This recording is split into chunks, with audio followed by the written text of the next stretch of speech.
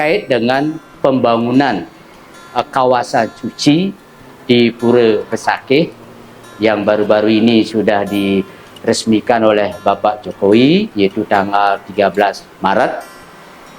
Kemudian sebelumnya juga tahun 2020 juga dilakukan peletakan batu oleh Ibu Mega. Nah, oleh karena itu pandangan kami bahwa pembangunan-pembangunan yang dilakukan oleh Pak Koster ataupun Pemprov Bali itu sesuai dengan visi maupun program-program yang dirancang tahun-tahun sebelumnya. Jadi pembangunan ini sebenarnya sudah mulai tahun 2020, kemudian 2021, kemudian berlanjut 2023. Nah, tentunya tujuan daripada pembangunan kawasan suci, khususnya kawasan suci Pura Besakih itu adalah, pertama adalah untuk menciptakan tatanan baru bagi pemendak maupun pengunjung dalam rangka mengimplementasikan visi daripada Bapak Gubernur. Nah, saya pahami betul, kemudian saya cermati betul bahwa visinya beliau itu kan nangun satkerti loke Bali melalui pola pembangunan semesta berencana menuju Bali era baru. Nah, yang makna daripada visi kalau kami cermati, kami pahami di sini adalah menjaga kesucian dan keharmonisan alam Bali beserta isinya untuk mewujudkan kehidupan krama yang sejahtera, bahagia, skala niskala menuju kehidupan krama dan bumi Bali sesuai dengan prinsip Trisakti Bung Karno, yaitu berdaulat secara politik, berdikari secara ekonomi, dan berkepribadian dalam kebudayaan melalui pembangunan secara terpola, kemudian menyeluruh, terencana, terintegrasi dalam bingkai negara kesatuan Republik Indonesia berdasarkan nilai-nilai Pancasila 1945. Nah, makna daripada tata kehidupan baru di sini adalah merupakan tatanan kehidupan baru, yaitu Bali yang kauste, Bali kang tata titi tentrem kerta raharja, gemah ripah lau junawi, itu melalui tata kehidupan yang sifatnya holistik, yaitu melalui 3 dimensi. Dimensi pertama adalah terpeliharanya keseimbangan alam, krama atau manusia, dan kebudayaan Bali. Yang kedua adalah terpenuhinya kebutuhan, harapan ataupun partisipasi dari krama terhadap berbagai kehidupan. Yang ketiga adalah mengantisipasi permasalahan ataupun tantangan baru, baik itu positif maupun negatif pada kondisi yang akan datang. Nah, dari tiga dimensi itu, siapapun pemimpinnya, baik itu gubernur maupun bupati, DPR, DPRD maupun DPD, wajib hukumnya melaksanakan seperti dimensi ataupun yang dilakukan merupakan tatanan-tatanan baru. Cuma persoalannya adalah kalau kita berbicara keseimbangan alam maupun krama maupun manusia, kita lihat ke belakang. Bagaimana masa lalu terkait dengan krama, alam maupun manusia, dan yang sekarang seperti apa? Nah, yang menjadi tantangan ke depan, calon pemimpin ke depan itu adalah bagaimana keseimbangan itu secara konkret bisa direalisasikan. Itu tugas semua itu. Jadi filosofinya itu saya kira bukan dari gubernur kita saja, ini semua pemimpin arahnya akan ke sana. Kedua adalah terpenuhnya kebutuhan, harapan atau partisipasi krama terhadap berbagai kehidupan. Sudahkah terpenuhi seperti itu? Karena endingnya adalah kesejahteraan masyarakat. Nah, kita lihat juga pembangunan sekarang ini seperti apa. Nah, biarlah nanti masyarakat maupun tokoh-tokoh yang lain akan menilai. Yang menjadi penting di sini adalah bagaimana mengantisipasi permasalahan atau tantangan baik positif maupun negatif terhadap kondisi yang akan datang. Karena baru bulan-bulan ini kan kasusnya banyak ini, apalagi sudah viral ini kasusnya. Banyak yang juga memberikan statement ataupun komentar-komentar. Oleh karena itu sekarang adalah bagaimana solusinya untuk ke depan supaya tidak terjadi hal-hal demikian. Contohnya misalnya terkait dengan pelecehan tempat suci dan sebagainya pada waktu hari raya Nyepi, baik itu warga negara asing maupun kita sendiri. Padahal dari perangkat aturan, perangkat daerah itu kan sudah ada yang namanya Sipandu Beradab, forum komunikasi agama beragama sudah ada, tetapi kenapa ada kecolongan? Nah, di mana kira-kira kelemahannya?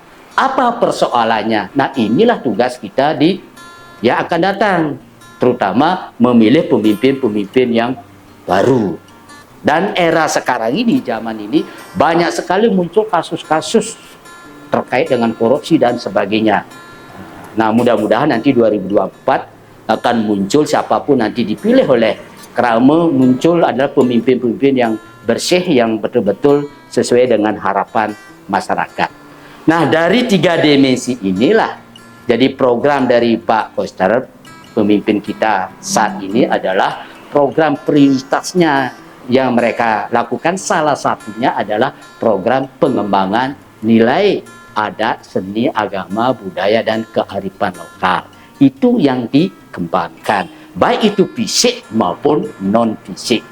Nah, non-fisik ini banyak juga memberikan bantuan kepada bendesa adat atau juru bendesa adat itu sebesar 300 juta. Itu mulai tahun 2020, 2021 sampai 2023. Nah, harapan kami ke depannya, kalau memang peduli betul-betul bantuan kepada desa adat, ya perlulah dananya ke depan itu ditingkatkan gitu loh. Terutama nanti pemimpin-pemimpin yang akan datang. Karena kalau dilihat dari kebutuhan informasi di lapangan itu memang dana 300 juta itu kurang lah istilahnya, itu perlu ditingkatkan untuk memperdayakan desa adat, salah satunya terkait dengan sumber daya manusia, supaya tidak ada informasi atau bias-bias terkait dengan kelestarian daripada nilai-nilai adat. Kan itu yang menjadi titik poinnya nih. Dari program-program tersebut kami cermati, kami juga meninjau di lapangan, kami melihat bahwa untuk pembangunan fisik yang dilakukan ini adalah pembangunan fisik terkait dengan kawasan suci. Nah, kawasan suci pura di Kabupaten Sebali. Salah satu yang diprioritaskan adalah kawasan suci Pura Besakih. Nah, yang informasikan juga kepada pemerintah. Jadi berdasarkan pemantauan, dan kami juga sangat mengapresiasi juga sebagai pribadi bahwa pembangunan ini dapat berjalan sesuai dengan perencanaan maupun pelaksanaan. Tinggal nanti ke depannya adalah terkait dengan evaluasi. Nah, dari substansi fasilitas ataupun master plan-nya yang kami ketahui dan juga mendapat informasi bahwa yang mereka lakukan itu adalah terkait dengan restorasi dan pengembangan pura suci. Itu sudah dilakukan, namanya Pura Titi Bonggang. Kedua, Pura Manik Mas. Ketiga, Pura Melanting Manik Mas. Kemudian juga pura yang namanya Pura Pelinggih. Nah, ini Pulak Tanggul. Dan terakhir yaitu Padmasana, patungnya itu loh, patung Padmasana Buana, namanya Padma Buana di Bencingan. Kedua, juga dilakukan pembangunan. Nah, pembangunan yang dilakukan di sini adalah lapangan parkir. Lapangan parkir ini khusus untuk kendaraan bus, itu yang ada di area Kedundung yang namanya Asti Mandala. Nah, kapasitas daripada lapangan parkir bus itu adalah 250 bus. Nah, kemudian dilarang kendaraan bus itu berparkir di jalan ataupun di luar area yang sudah ditentukan. Itu larang keras gitu. Kemudian di situ juga disediakan yang namanya halte, ya, ataupun shuttle halte untuk menjemput di antara kawasan. Kami lihat di sana. Kemudian juga nanti disediakan gedung terminal. Jadi gedung terminal sudah disediakan. Kemudian juga ada yang namanya stasiun pengisian bahan bakar listrik. Nah, kemudian ada juga pos yang mengatur lalu lintas. Nah, kemudian disediakan juga fasilitas toilet, 12 toilet gitu. Nah, kemudian 2 toilet itu diperuntukkan kepada disabilitas atau difabel. Nah, itu dipisahkan itu, laki-laki dan perempuan gratis itu. Nah, kemudian disediakan juga petugas parkir untuk mengatur jalan keluarnya kendaraan. Itu pembangunan lapangan parkir yang ada di area Kedundung. Yang kedua adalah pembangunan gedung parkir yang memadai ataupun yang berkualitas. Itu tempatnya di area Manik Mas. Pertama adalah gedung parkir yang diperuntukkan kepada kendaraan roda 4. Ya, jadi kendaraan roda 4 itu tempatnya di yang namanya kereta Geraha Kulon. Nah, kemudian kapasitas daripada kendaraan roda 4 itu adalah jumlahnya kurang lebih 1.540 unit. Nah, kemudian terdiri dari 4 lantai dasar. Ada lantai dasar yang paling atas, paling bawah 1, paling bawah 2, dan paling bawah.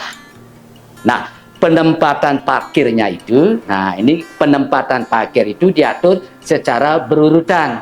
Mulai dari paling bawah misalnya 500, 400, dan seterusnya. Nah, kemudian setiap lantai 4 itu memang dilengkapi alat ataupun perlengkapan yang namanya pemantauan digital.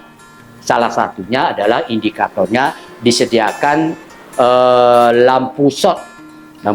Jadi kalau lampu shotnya itu hijau warnanya, berarti tempat parkir itu masih tersedia. Tapi kalau lampunya merah, berarti penuh atau selesai.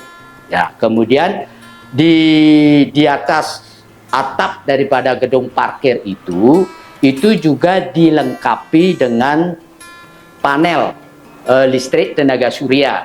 Jadi kapasitasnya 400 kWh.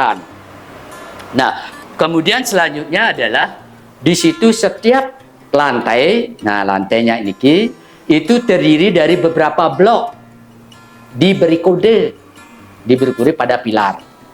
Nah, kemudian disediakan pula fasilitas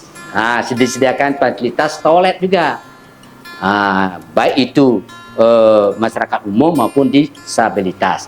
Kemudian disediakan juga tiket elektronik, tiket parkir elektronik yang mengatur jalannya kendaraan dan diatur. Nah, kemudian kami lihat di sini disediakan juga tangga untuk mengatur lantai 1 dan seterusnya. Nah, kemudian juga disediakan namanya petugas parkir untuk mengatur masuknya arus artinya kendaraan.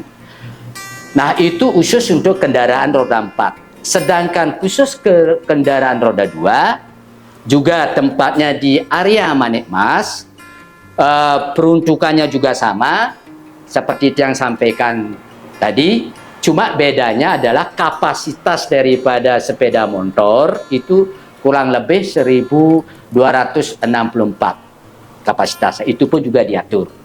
Dan yang paling penting adalah dilarang memarkir di jalan atau di luar yang telah ditentukan. Nah, kemudian pembangunan yang selanjutnya itu adalah terkait dengan pembangunan fasilitas UMKM. Ya, pertama adalah sudah tersedianya, kami lihat UMKM diperuntukkan untuk kios dan los. Kedua, kami lihat fasilitas UMKM. Jadi fasilitas UMKM yang jumlahnya kiosnya itu 272, kemudian losnya 198, itu dimanfaatkan oleh krame ataupun oleh orang yang memiliki rumah ataupun warung yang kena dampak daripada pembangunan kawasan suci Pura Agung Besakih. Nah, kemudian pelaku UMKM yang memanfaatkan kios ataupun los itu dilakukan secara gratis.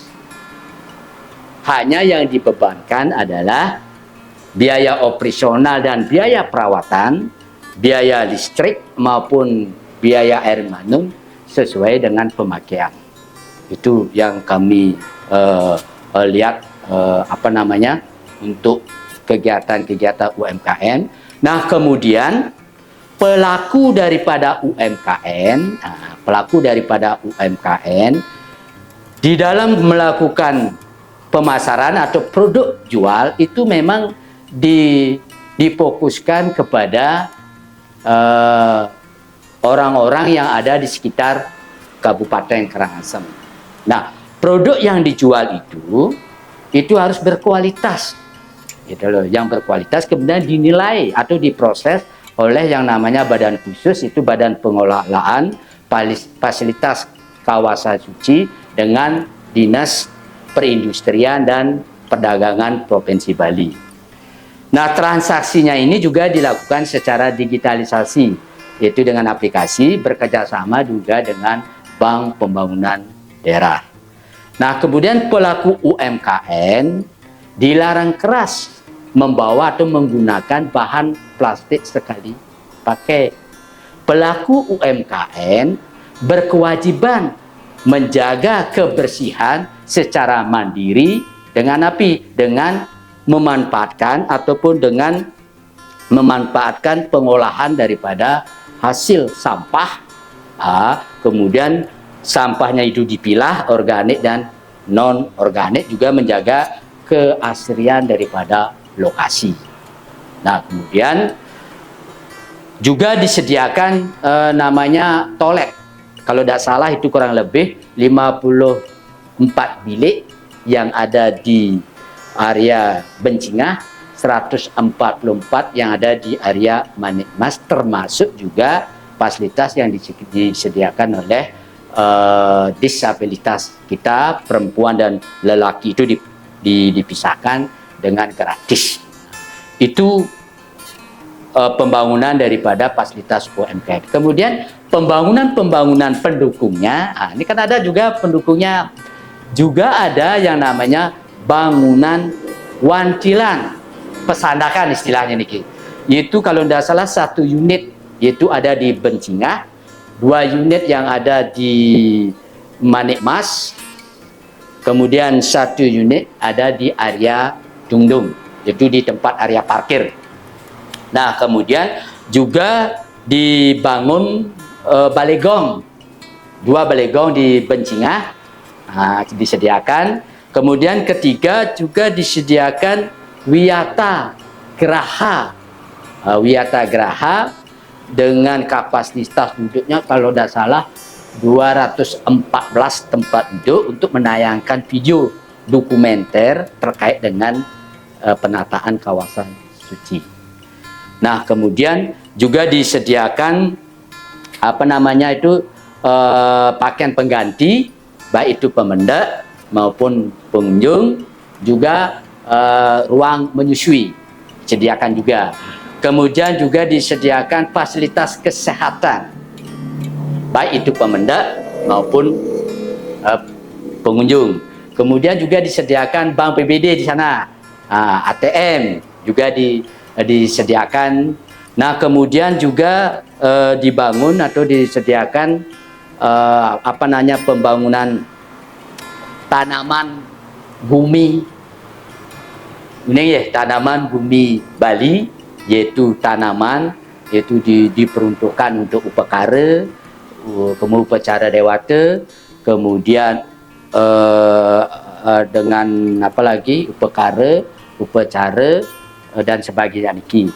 Nah, kemudian juga disediakan kendaraan listrik untuk menjemput, antar jemput di kawasan ataupun di area parkir. Itu ada area parkir di Manik Mas, kemudian di area Kedundung, kemudian ke Bencingah. Nah, ini sudah diatur ini. Ya, kemudian juga saya lihat di sini adalah ada yang namanya sediakan instalasi pengolahan sampah. Nah, ini pengolahan sampah nih di gedung parkir.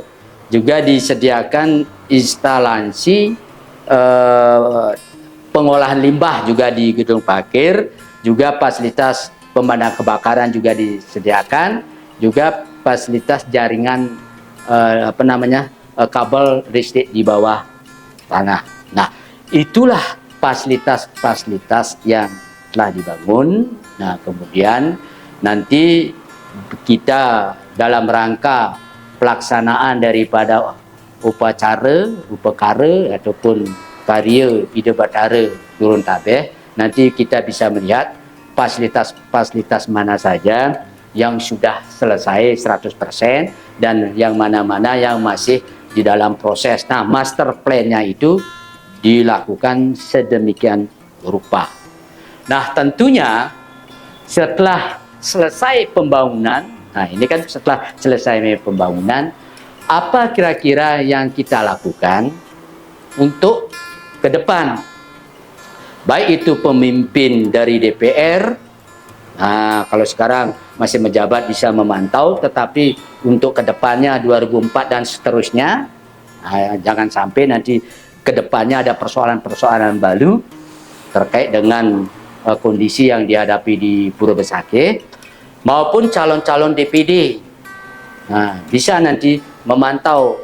Nah, jadi masukan kami sebagai pribadi, mungkin juga merupakan calon DPD, kan Kenan? Yang pertama adalah tentu kita harus melihat, walaupun telah dilakukan fasilitas UMKM terhadap kios maupun los, dengan yang memiliki rumah ataupun warung bagi kerama, kira-kira dari masalah sosialnya, relokasinya ini kira-kira sudah berjalan dengan baik, karena ini kan harus direlokasi nih jumlahnya nih. Apakah sudah berjalan dengan baik? Jangan sampai nanti setelah itu akan menimbulkan persoalan. Nah, mudah-mudahan saya yakin bisa ditangani dengan baik. Nah, itu harapan tadi pertama. Nah, yang kedua adalah bagi kami adalah berpikir bagaimana pengelolaan daripada kawasan suci Pura Besakih itu secara terintegrasi. Nah, ini bagaimana nih? Kita nanti akan melihat, siapapun nanti akan melihat bagaimana pola yang dilakukan secara terintegrasi terkait dengan kawasan-kawasan Pura Besakih. Ini kan perlu ada PR juga ke depannya, nanti bisa kita lihat nanti. Yang ketiga, kita nanti bisa lihat bagaimana sarana dan prasarana Sultebas dan haltenya. Gimana bentuk konkretnya nanti. Itu harus dipikirkan itu. Dan bagaimana pihak, nah ini kan pihak yang mengelola Sultebas ataupun haltenya itu, skemanya itu seperti apa, itu perlu kita tahu dari masyarakat dan sebagainya. Nah, sehingga mudah-mudahan dengan masukan ataupun permasalahan yang sampaikan itu sudah bisa dirancang kembali, sehingga untuk yang akan datang tidak menjadi persoalan-persoalan kemudian hari. Yang menjadi tugas sekarang adalah mungkin dari pemimpin-pemimpin yang akan datang adalah bagaimana membuka jalan atau akses jalan menuju Pura Besakih. Itu kan dipikirkan itu. Selama ini mungkin aksesnya hanya di dalam. Tapi akses jalan di luar itu bagaimana nanti? Nah, inilah tugas jadi pemimpin kita nanti ke depan, dan kita sebagai katakanlah nanti dari DPD yang sekarang maupun DPD yang akan dipilih wajib juga akan melakukan pemantauan seperti NAPI.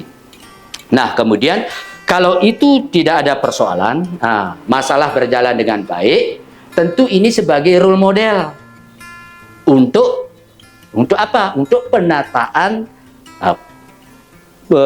kesucian pura di tempat yang lain. Katakanlah sekarang di Pura Besakih. Nah, sekarang kan ada juga Pura Lempuyang. Nah, itu juga pasti punya pemikiran seperti itu.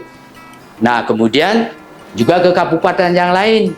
Nah, kami lihat di kabupaten lain itu, terutama di Buleleng, kami itu ada pura yang namanya Pura Kursi. Nah, pernah ya lihatnya? Di Pura Kursi, medannya sepertinya sama gitu loh. Karena apa? Karena ujung-ujungnya kan pariwisata, menambah pendapatan. Nah, ini juga harus ada pemikiran-pemikiran yang baik. Nah, kemudian bagaimana ketentuan? Nah, sekarang berbicara ketentuan dalam rangka pelaksanaan karya Ida Batara turun kabeh di Pura Besakih. Kalau tidak salah niki tanggal 5 April ya. Jadi puncaknya ngajarnya selama 21 hari, dan kebetulan juga kami menerima juga surat edaran dari Bapak Gubernur. Jadi surat edaran terkait dengan tatanan baru bagi pemendak ataupun pengunjung yang masuk, yang berada di kawasan suci Pura Besakih, dan pelaksanaan daripada karya Ida Batara turun kabeh.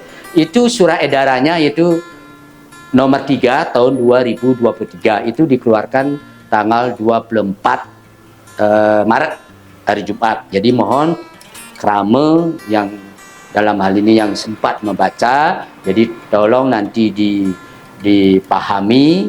Jadi tata suci terkait dengan penataan di Pura Besakih, karena salah satunya adalah bahwa untuk memasuki kawasan suci Pura Besakih itu melalui area Manik Mas.